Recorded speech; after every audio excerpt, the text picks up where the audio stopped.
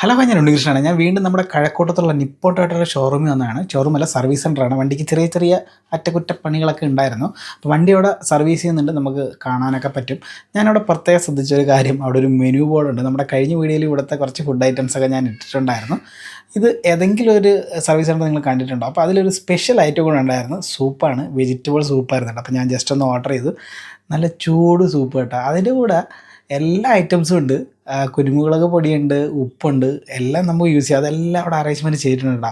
കസ്റ്റമറെ ഇത്രമേൽ സാറ്റിസ്ഫാക്ഷൻ ആക്കുന്ന ഒരു കമ്പനി ഞാൻ കണ്ടിട്ടില്ല. ഞാനൊരു കമ്പനിയിൽ വർക്ക് ചെയ്തിട്ടുണ്ടായിരുന്നു, ഒരു കാറിൻ്റെ കമ്പനി തന്നെയാണ്.